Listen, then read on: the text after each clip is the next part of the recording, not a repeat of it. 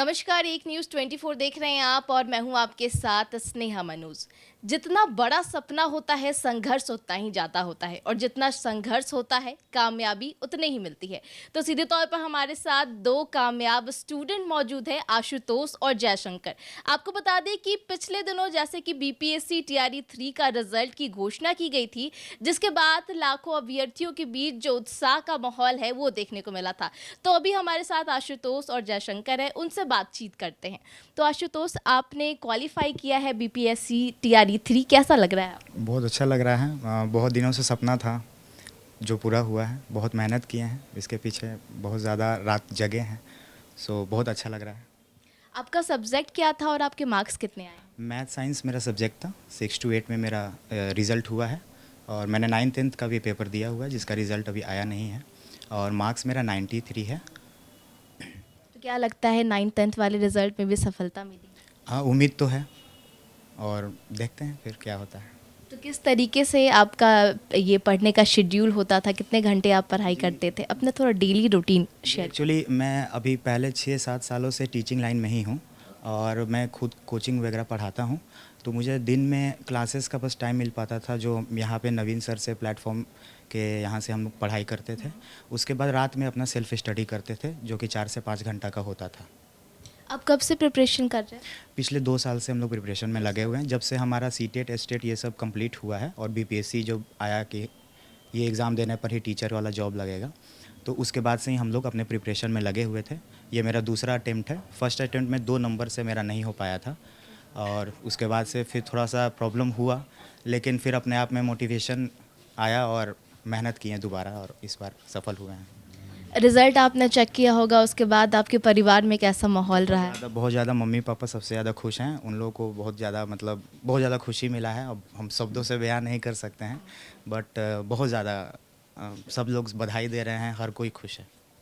तो आपके लिए सफलता के कोई टिप्स जो अभी प्रिपरेशन की तैयारी कर रहे हैं छात्र उनके लिए? जी देखिए, बहुत लोग ऐसे हैं कि 1 नंबर या 2 नंबर से हर बार नहीं हो पाता है। जैसे हम लोग भी टीआरई 2 में ये चीज़ था, तो लोग हार मान जाते हैं। कहते हैं कि नहीं, हम अब आगे प्रिपरेशन नहीं कर पाएँगे, मेरा नहीं हो पाएगा। बट हम उन लोगों को, वैसे लोगों को यही बोलना चाहेंगे कि हम लोग भी यही कुछ देर तक सोचे, बट धीरे-धीरे अपने आप में एक मोटिवेशन आया।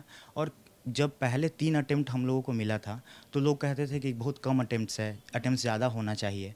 तो जब 5 अटेम्प्ट अब बढ़ के हो गया है, तो हम वो पूरे 5 अटेम्प्ट क्यों नहीं करें? उसके बाद जब अटेम्प्ट नहीं बचेगा तो फिर हम ये चीज़ सोचेंगे कि ठीक है, अब नहीं हुआ तो अब कुछ और सोचा जाए। लेकिन हम वही बोलेंगे कि अपने आप से ये नहीं कि एक एग्ज़ाम में मेरा 1 नंबर से नहीं हो रहा है या सफल नहीं हो पा रहे हैं, तो उसमें हार नहीं मानना है और मेहनत करते रहना है। मेहनत करने वालों की हार नहीं होती और ये सच्चाई है और इस चीज़ को हम आज फ़ील कर रहे हैं।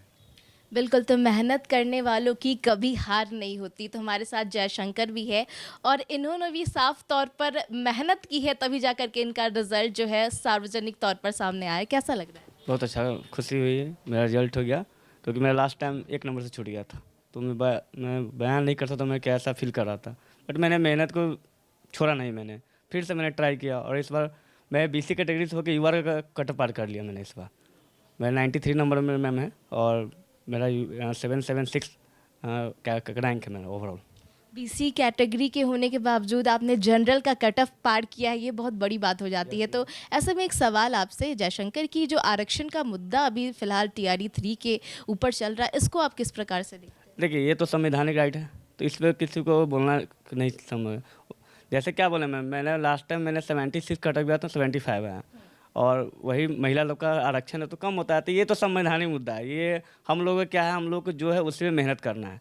ये तो सब सरकार का पॉलिसी है जो है, उसको हम लोग तो कुछ नहीं कर सकते हैं। ये सब हमारे हाथ में नहीं है। हमारे हाथ में हथियार है पेन और कॉपी। उसको आप हथियार बना लीजिएगा, आपका रिजल्ट होना ही होना ही है। तो आप अपना सब्जेक्ट बताइए और फिर से एक बार मार्क्स बताइए। मेरा सब्जेक्ट मैथ साइंस है। 6 to 8 क्लास में मेरा रिजल्ट हुआ और मेरा नंबर 93 है मैम। ठीक है मैम। और मेरा 9th-10th भी है, अभी उसका रिजल्ट आना बाकी है मैम। क्या उम्मीद है? उम्मीद तो है उसमें भी, क्योंकि मेरा 100+ नंबर है उसमें भी।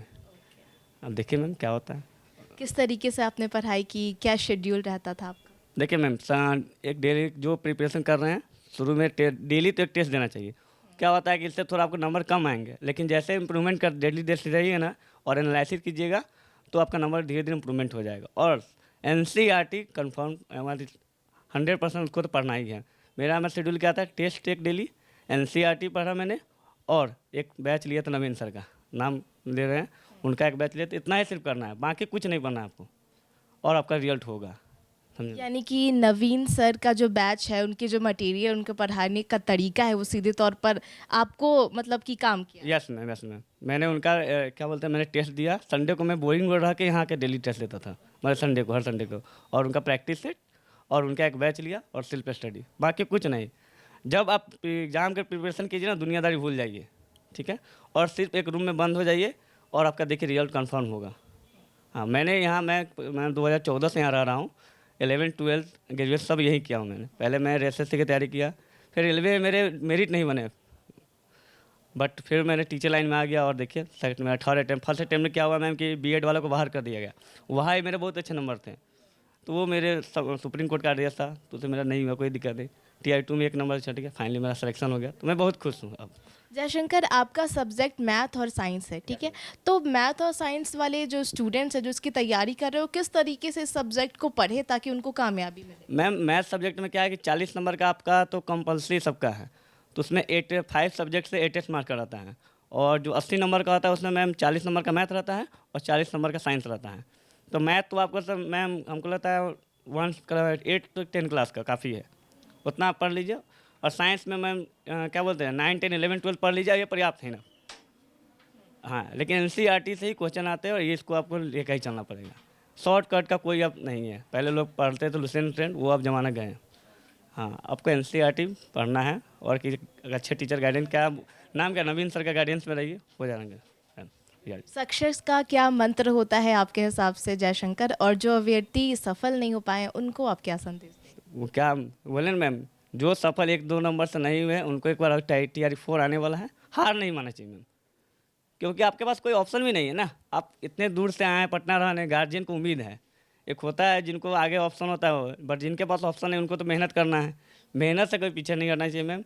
मेरा 1 नंबर से छूटा, आज मैं जनरल कैटेगरी से 4 आप फाइट कर गया मैम, तो इससे सोचिए मैम, मेहनत तो करना ही है मैम, मेहनत के अलावा कुछ उपाय नहीं है। धन्यवाद जयशंकर।